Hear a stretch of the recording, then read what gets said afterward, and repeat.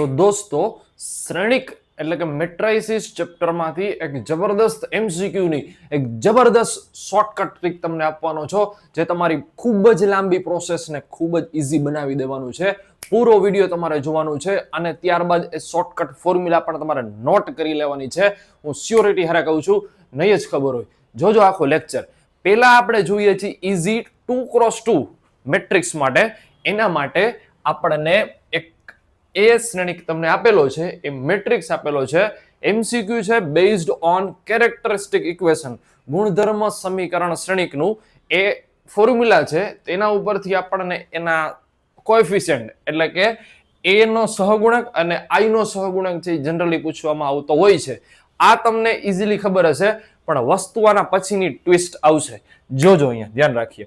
તો તમે તો ઈઝી કહી દેશો કે ભાઈ આ સ્મોલ એ અને સ્મોલ બી મેળવવાની અમારી પાસે તો ઓલરેડી શોર્ટકટ છે, પણ શું 3x3 ની છે? તો એના માટે તમારે આખો લેક્ચર જોવાનો છે. તો પહેલા પણ આપણે 2x2 ની છે એ શોર્ટકટ ટ્રીક રિપીટ કરી લઈએ. ગુણધર્મ સમીકરણ કેરેક્ટરિસ્ટિક ઇક્વેશન કેવી રીતે બને છે ચાલો જોઈએ. a square minus trace of A નો મતલબ એવો થવાનો છે કે અગ્ર વિકર્ણનો સરવાળો. રેડી? અને પછી આવશે a plus mode a into i equal to 0. આ શોર્ટકટ ફોર્મ્યુલા છે, ખાસ ધ્યાન એ રાખવાનું છે. અહીંયા પ્લસ માઇનસ પ્લસ સાઇન આવવાની છે. કોએફિશિયન્ટ કેવી રીતે મળશે? તો ટ્રેસ ઓફ એ, તો અહીંયા આપણે અગ્ર વિકર્ણનો સરવાળો, મને 2 પ્લસ 1 એટલે 3 દેખાય છે. ચાલો તો હું સમીકરણ આવી રીતે બનાવીશ. a સ્ક્વેર ફોર્મ્યુલામાં માઇનસ છે, અહીંયા માઇનસ છે. ટ્રેસ ઓફ એનો સરવાળો કરો 2 + 1 એટલે કે 3 ઇન્ટુ a એટલે a પ્લસ આ છે ડિટર્મિનન્ટ. વેલ્યુ સિમ્પલ આપણે કાઢીએ કેવી રીતે? તો કે 2 માઇનસ 4 3 12 એટલે -10. તો ડિટર્મિનન્ટ ની વેલ્યુ છે -10 ઇન્ટુ i ઇક્વલ ટુ 0. તો સિમ્પલ છે a square -3a -10i equal to 0. આ ઇક્વેશન આની હારે કોરિલેટ કરો તો સીધી રીતે તમને સિમ્પલી મળી જશે કે a ની વેલ્યુ કોએફિશિયન્ટ ઓફ a -3 મળવાનો છે અને b મળવાનો છે -10. ચાલો ક્લિયર છે, ઈઝી છે. પણ હવે શું 3x3 નું તમને ખબર છે? ચાલો જોઈએ. આમાં હું તમને કહું છું તો મને પહેલા તો કોમેન્ટમાં આન્સર આપો, શું તમને ખબર છે? આની ફોર્મ્યુલા શું થશે? કેવી રીતે તમે અહીંયા ક્યુબિક ઇક્વેશન માટે 3 કોએફિશિયન્ટ છે તમારી પાસે, p q અને r, કેવી રીતે મળશે? જો ઓર્ડિનરી મેથડ થી કરશો તો a ક્યુબ ફાઇન્ડ કરવો પડશે. a સ્ક્વેર a આને એડ કરો, 0 મેટ્રિક્સ સાથે કોરિલેટ કરો, 3 ચલ વાળું ત્રિચલ સમીકરણ મળશે, સોલ્વ કરો. બહુ જ લાંબી મેથડ પડી જશે, બહુ જ લાંબી મેથડ થાય. પણ શું આમાં પણ શોર્ટકટ ટ્રીક છે. કેવી રીતે? જો અહીંયા આ છે એની ફોર્મ્યુલા, યાદ રાખવાનું છે. તેની જેમ જ 2x2 ની જેમ 3x3 માટે શું યાદ રાખવાનું છે? Plus minus. આ ફિક્સ છે, બરાબર છે. હવે પેલા તો એ કેવી રીતે મળશે? તો એ છે એ મળશે ટ્રેસ ઓફ એ એટલે કે અગ્ર વિકર્ણનો સરવાળો. બરાબર? હું અહીંયા અત્યારે પ્લસ જ સાઇન મૂકું છું, પછી હું તમને ડાયરેક્ટલી છે એ બતાવી દઈશ. બરાબર છે? તો ટ્રેસ ઓફ એ છે એટલે કે અગ્ર વિકર્ણનો સરવાળો. કોએફિશિયન્ટ ઓફ બી એ કેવી રીતે મળશે? તો એ મળશે અગ્ર વિકર્ણને અનુરૂપ સહ અવયવનો સરવાળો. એટલે કે અગ્ર વિકર્ણમાં કેટલા ઘટકો છે? 2 2 અને 0. એનો મતલબ કે 2 નો અને 0 નો આપણે જે છે એ કોફેક્ટર ફાઇન્ડ કરવાનો છે, સહઅવયવ. એ આપણે કરશું એટલે તમને ઇઝીલી ખ્યાલ આવી જશે. અને મોડ સી છે એ કે નિશ્ચયકનું મૂલ્ય છે, ડિટર્મિનન્ટ. કેવી રીતે? હવે આ વસ્તુનો યુઝ આપણે કેવી રીતે કરીએ છીએ ચાલો જોઈએ. તો as per formula a cube minus formula, as per formula અહીંયા માઇનસ જ છે, બરાબર? Plus minus. Ready? Plus minus. Clear? જેવી રીતે 2x2 માં હતું પ્લસ અંદર ટ્રેસ ઓફ એ, અહીંયા મોડે છે. તો અહીંયા સ્મોલ એ કેવી રીતે ફાઇન્ડ આઉટ કરશું આપણે? તો સ્મોલ એ માટે છે ટ્રેસ ઓફ એ અગ્ર વિકર્ણનો સરવાળો.